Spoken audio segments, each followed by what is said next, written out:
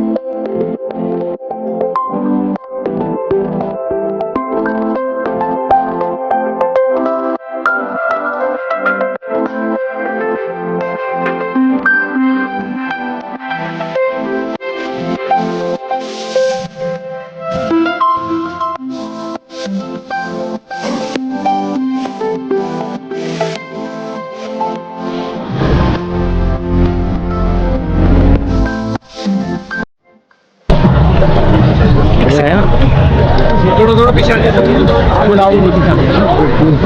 नीचे आ जाइए नीचे आ जाइए